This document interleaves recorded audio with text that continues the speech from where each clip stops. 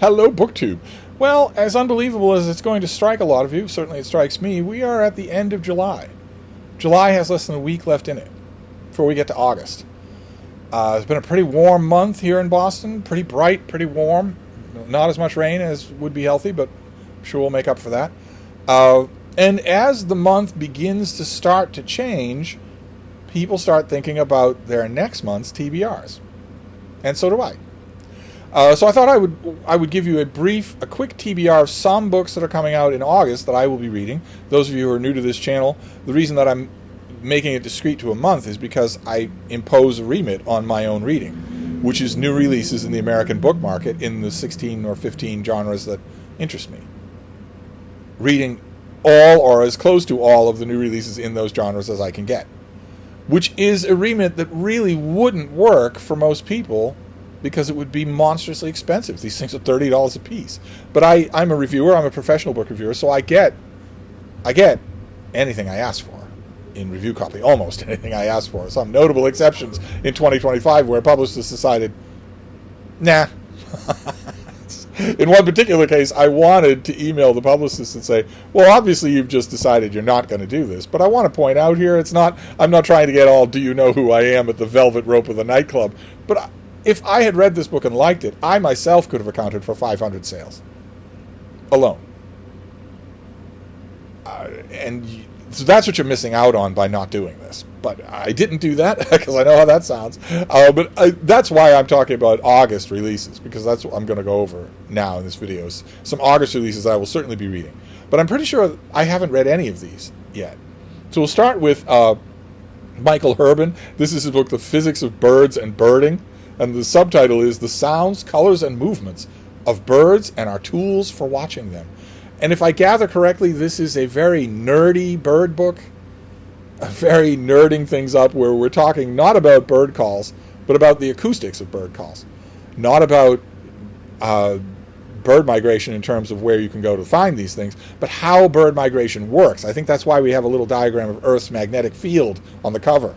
How do birds migrate? How do they get across thousands of miles when they don't have maps, when there aren't any, there's just trackless ocean in some cases. So how do they get exactly where they're going every single time? And how do they know when to start and when to stop, and et cetera, et cetera.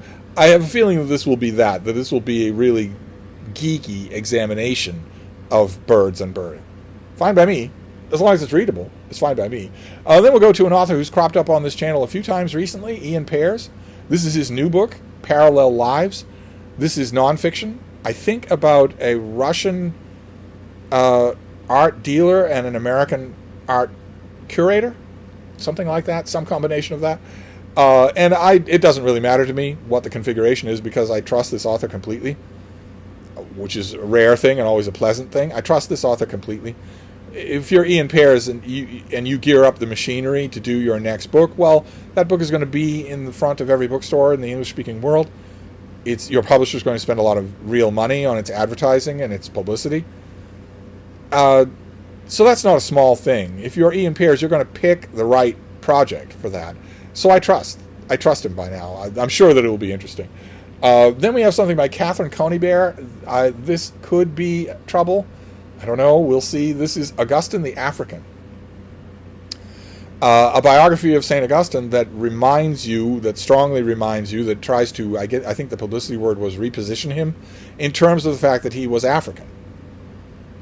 I worry about that, of course. I worry about any hint of identity politics in the 21st century. I worry about it just yelling at me or scolding me or asking me to believe lies, to believe things that are just demonstrably not true. I worry about that in any kind of format, in any kind of presentation style. It is jarring to the point of stopping the whole production if you unlimber the BBC's costume shop in order to make a documentary, a drama about Henry VIII, and you cast a black woman as Anne Boleyn. That upends the whole drama. If it's a historical movie, that upends the whole drama. If you make a series on TV in which you say that Cleopatra was black, when every archaeologist and historian in the world says that's not true, and your response is to say that all of them are racist, well, naturally I worry. Naturally I worry about this. I might not need to. I have read in the last 5 years 2 or 3 books that take unconventional approaches to St. Augustine, and all of them have been worthwhile. This could easily be too. Certainly, I think there was a mention, I think, in the publicity sheet that the author is looking at the outsider perspective in some of Augustine's writings, the outsider perspective of being from what in the crumbling Western Empire would have been the provinces. That could be fruitful. I hadn't thought of that, and that could be fruitful. It will entirely depend, I think, on how well this author knows the writings of St. Augustine. If this is just a book about the Confessions, it's going to be a little disappointing. We'll see. I'm totally up for it if it gets me thinking. Then we have something by Marsha Lederman. This is a collection that comes out in the U.S. in August. I don't know if it's out in the U.K. already. She's a U.K. columnist, I think, for the Globe and Mail, which is a weekly column, I believe, and has been concentrating a lot on Israel and Palestine in the last 2 years. And there's the collection of her columns is coming out in America called October 7th, Searching for the Humanitarian Middle. I have never read her columns. I have 1 or 2 people who have read them, like them, have told me that they like them. But I don't know what to make about this book. I haven't read it, so it could be that it takes a tack that I'm not expecting. But that humanitarian middle really makes me pause. I'm really hoping that these are not... Well, they're columns, and they date back a couple of years. They date back since October 7th, when Hamas launched a barbarous attack on Israeli citizens. Not the army, not a redoubt, but on Israeli citizens. And did barbarous things, kidnapped a lot of them. And in response to that, the Netanyahu government has engaged in a totalist genocide that could not be any more obvious now. Maybe it wasn't obvious in the really excited, emotionally overcharged first few weeks after October 7th, but it could not be any more obvious now what the Netanyahu government is doing. I should say, with the support of 93% of the Israeli people who are polled on the subject. So I could say the Israeli people are doing, but the Netanyahu government, he's the one who's been branded a war criminal. He's the one who could be arrested in countries if they adhered to it. What he is doing is clearly genocide. He is eliminating all Palestinians from territory within his reach. He is not at all anymore even pursuing the slight fig leaf of trying to relocate them or asking them to relocate. He is just eliminating them. And that changes everything. If you have a rogue state, a rogue nuclear state who is engaged in wiping out an entire ethnicity, then we're not talking about a two-state solution anymore. We're not talking about the Arab-Israeli conflict anymore. All of those things are gone. They're all completely irrelevant now. They're obsolete. We're talking about something. The subject has changed. We're talking about something completely different now. We're talking about a genocide in which 100 people starve to death every day. 100 Gazans starve to death every day. While Benjamin Netanyahu is going on the podcast of 2 stoner morons and talking about whether he prefers McDonald's burgers or Burger King. 100 people are starving to death every day. And the key, no food is getting in. The Netanyahu government is preventing any of the basic subsidies of life to get anywhere near these people. And the key, since that's true, the key thing to realize is that when you hear that figure, 100 people are dying of simple starvation, of famine and drought, you have to remember that's the weak. That's the young and the old. That's what that 100 is. It's the young and the old. That's the beginning of a famine. That's how they always start. They start with the young and the old, the compromised, the vulnerable. And then it quickly tips into everybody else. Those are just the first people to die. And so that number, as horrifying as it should be, is just the beginning. It will be 1,000 people a day in a week. It might not be reported that way. Israel, the Netanyahu government is killing every journalist that it can find. It might not be reported that way, but that is inevitable. Once the weak are done dying, then it will be the weaker of the strong. who start dying of starvation. Humans can't live without food and water. No matter how young and vital they are, they can't live without food and water. And there's nothing there. There's no infrastructure there anymore. I'm sure that every domestic animal by this point has died, has been killed and eaten. I don't know. I say that 100 people dying of starvation a day should be horrifying to everyone, but it clearly isn't. It clearly isn't. There's no massive protest in Israel for the Netanyahu government to stop this and let aid in. There are barely any protests anywhere in the world. There are no protests in the Arab world, and barely any even in the countries that still have nominally the freedom to protest. Instead, the protests are being criminalized. In the UK and in America, the protests are being criminalized. There's no massive backlash here, so I don't really know what kind of backlash, if any, there will be when it's 1,000 people starving to death a day. That's not far off. Is any of that reality going to be reflected in this book? I don't think so. I don't. At best, the thing I'm hoping for is just an honest, one person's honest emotional reaction to the news that she can no more affect than I can. That might be okay, provided she's a good writer. I don't know. Those of you in the UK, do you know her? Do you know this person? Marshall Ederman, do you read her column? Anyway, we move off from a grim subject to something a lot more frothy. This is apparently 2025 is the 75th anniversary of the publication of the Martian Chronicles by Ray Bradbury, perhaps his most famous collection of stories. And to commemorate that, I forget who the publisher is, but they're coming out with this gift edition with artwork on the naked hardcover and new end papers and sprayed edges and whatnot. And when I get this, I think I will probably use it as a rationale to reread the Martian Chronicles, really sit down and reread the Martian Chronicles, which I don't think I've read since the movie. That rather dates me, but I think that's the last time I reread this book. Oh, anyway, if it isn't, maybe I'm forgetting some hot rocket summer afternoon.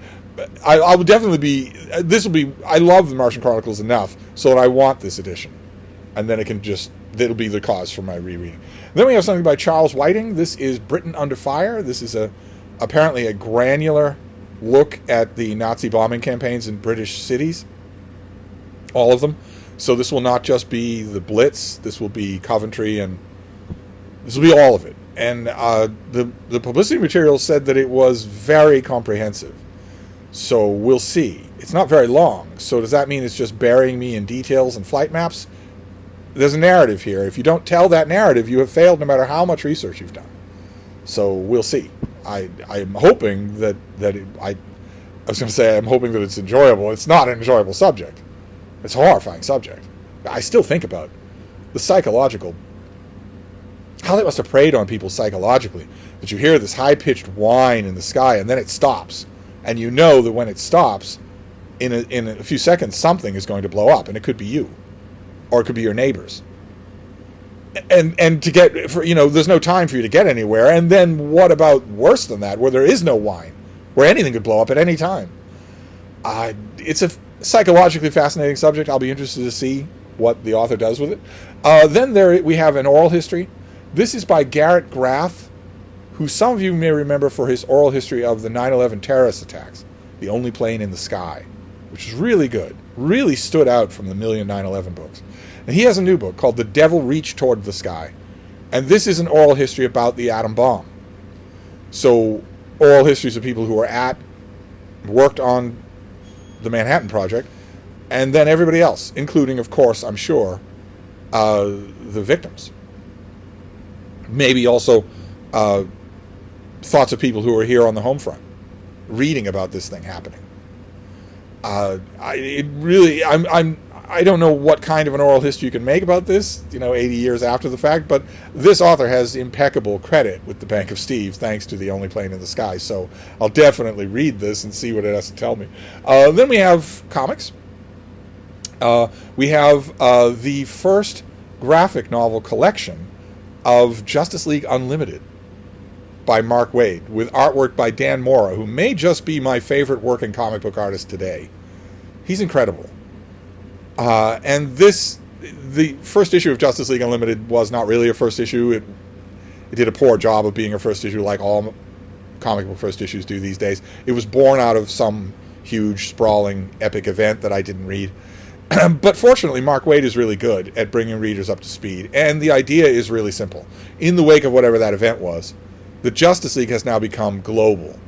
Every superpowered being on Earth is part of the Justice League. Even individual separate teams, like the Teen Titans, are also part of the Justice League. So they've gone global, and therefore you're seeing a lot of characters on the team that you wouldn't associate with the team necessarily. Like 3 of the characters on this cover. And the first issue of this was really, really good. Not just the artwork. All the characters were in character. There was lots of good... Mark Waid is just really good at doing this. He's a really good comic book writer. And Dan Morris' artwork is incredibly good. And I have to admit, also in a dumb kind of way, there was a little detail of number 1 of Justice League Unlimited that I really liked, which was the treatment of Wonder Woman.